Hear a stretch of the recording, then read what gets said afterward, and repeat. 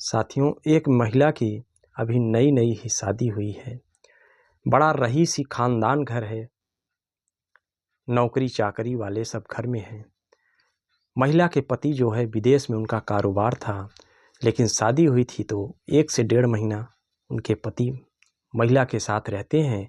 इसके बाद महिला को छोड़कर वह विदेश चले जाते हैं। साथियों, महिला घर में आलीशान घर में रहती थी, कमरे में लेटी हुई है। एक दिन उनको अचानक ही अपने पूर्व के आशिक की याद आती है।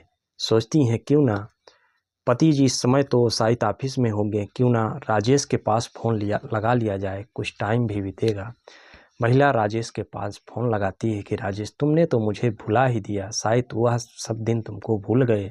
राजेश कहता है, बड़े ही बेबाक शब्दों में कहता है कि यार मैं भूला नहीं हूँ, लेकिन मेरी परिस्थिति ऐसी है कि मैं क्या करूँ। पूछती है क्या बात हो गई। राजेश कहता है, यार मेरे पास इस समय इतना कर्ज हो गया है कि मुझे कुछ समझ में नहीं आता, लगता है मैं डिप्रेशन में चला जाऊंगा। जब यह बात उसकी प्रेमिका सुनती है तो कहती, यार तुम तो मुझे कभी बताए भी नहीं।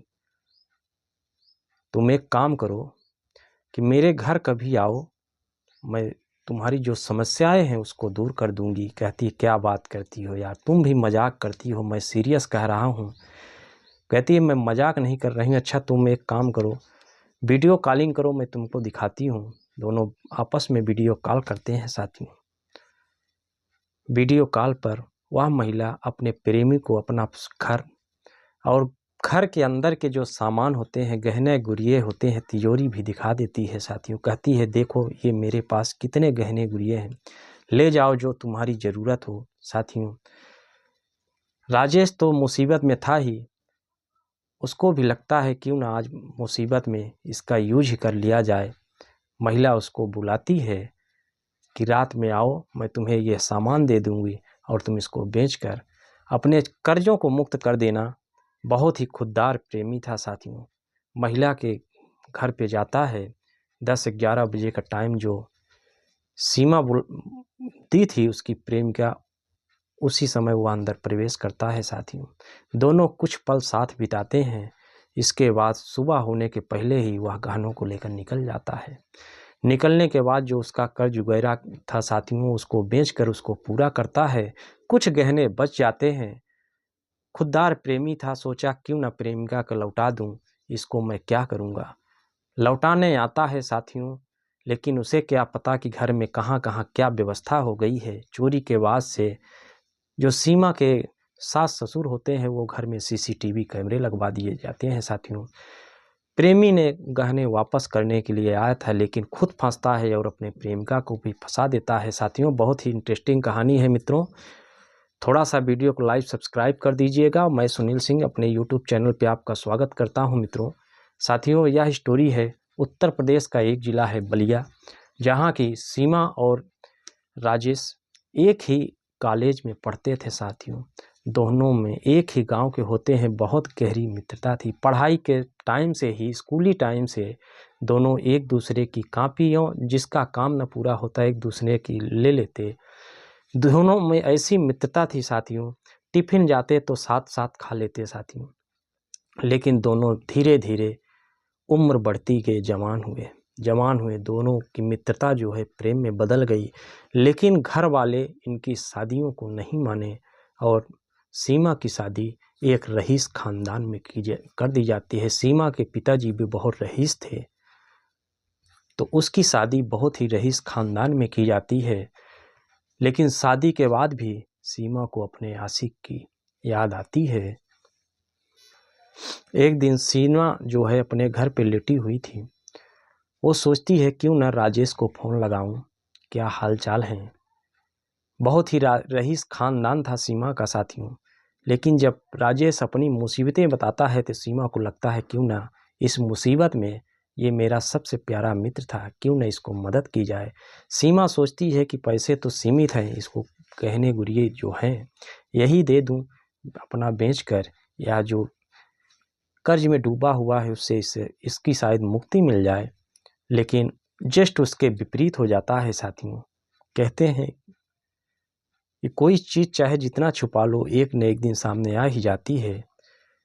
साथियों, राजेश सीमा जैसे बुलाती है वैसा ही किया, लेकिन कुछ गहने बच जाते हैं तो राजेश सोचता है क्यों ना सीमा को इसके वापस कर दूं, क्योंकि मेरी ज़रूरत पे उसने काम किया है। तो साथियों, उसी गहने को वापस करने के लिए रात को जब जाता है तो इसका भी प्रेम उमड़ने लगता है। सोचता है क्यों ना कुछ पल मैं बिता लूँ सीमा के साथ। सीमा भी सोचती है फिर कभी राजेश से मुलाकात हो ना हो, कुछ घंटे और बिता लूँ। उसी बिताने कुछ घंटे बिताने और प्रेम के चक्कर में साथियों दोनों की नींद लग जाती है। कब सुबह हो जाती है दोनों को पता नहीं चलता। घर में चहल पहल हो जाती हैं, बच्चे बोलने लगते हैं। चूँकि बहुत बड़ा बंगला था, कुछ काम भी चल रहा था, लेबर मजदूर भी आ जाते हैं। काफ़ी लेट हो जाता है। जब सीमा की नींद खुलती है, राजेश को भी जगा देती है। कहती है, राजेश आज तो शायद हम लोग पकड़े जाएंगे। सीमा बाहर निकलती है तो क्या देखती है कि सब लोग घर में जगे हुए हैं। अब चूंकि नई नई दुल्हन थी, बच्चे भी सुबह सुबह उनके कमरों में डेली जाते थे खेलने। किसी की चाची थी, किसी की भाभी थी, लेकिन उस दिन सीमा किसी को अंदर नहीं जाने दे रही थी। साथियों, बच्चे अपने मम्मी से जाते हैं, शिकायत करते हैं कि दादी मोम आज चाची भाभी हमको अंदर ही नहीं जाने दे रही हैं। कहती हैं, बेटा ठीक है, नहीं जाने दे रही, कोई बात नहीं, तुम लोग आज बाहर ही खेल लो। साथियों, सीमा अंदर चली जाती हैं और अंदर का गेट बंद कर लेती हैं। जब अंदर गेट बंद हो जाता है तो लोगों के मन में शंकाएं होती हैं कि आज क्या बात है, नई नई दुल्हन आज बाहर नहीं निकल रही है, टाइम काफ़ी हो गया है। खाने पीने को तो ठीक है, घर में नौकर चाकर हैं, लेकिन कम से कम डेली का जो रूटीन था कि नई बहू भी उठती थी, साथ में सब लोगों के साथ नाश्ता होता था 9-10 बजे, लेकिन आज बहू किसी के साथ नहीं आ रही हैं। सासू मम्मी जाती हैं कि बेटा क्या बात है, गेट खोलो। सीमा जो है गेट खोलने में कुछ टाइम लगा देती हैं, क्योंकि उनका आशिक अंदर था, उसको व्यवस्थित कर रही थी, कहीं ना कहीं उलट में कर रही थी। टाइम लग जाता है, गेट खुलता है तो जो उनकी सास होती हैं वो इधर उधर देखने का प्रयास करती हैं तो क्या देखती हैं कि एक लड़का गेट के पीछे खड़ा हुआ है।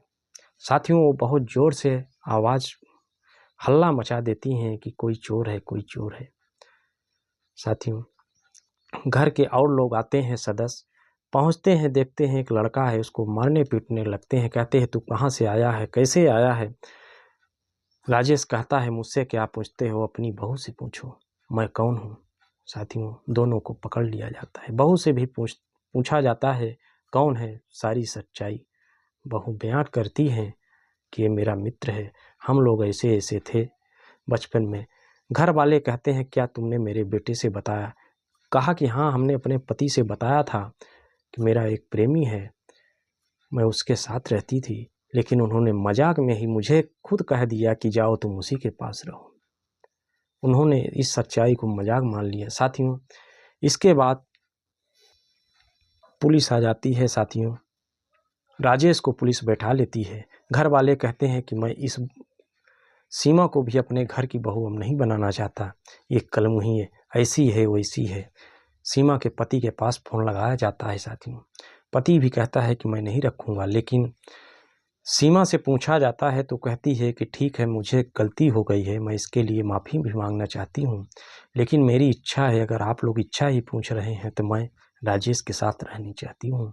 लेकिन राजेश कहता है, उस घर वालों से भी माफ़ी मांगता है और कहता है कि मैं आप लोगों को वचन देता हूँ कि मैं अब इस घर में कभी भूल कर भी नहीं आऊँगा।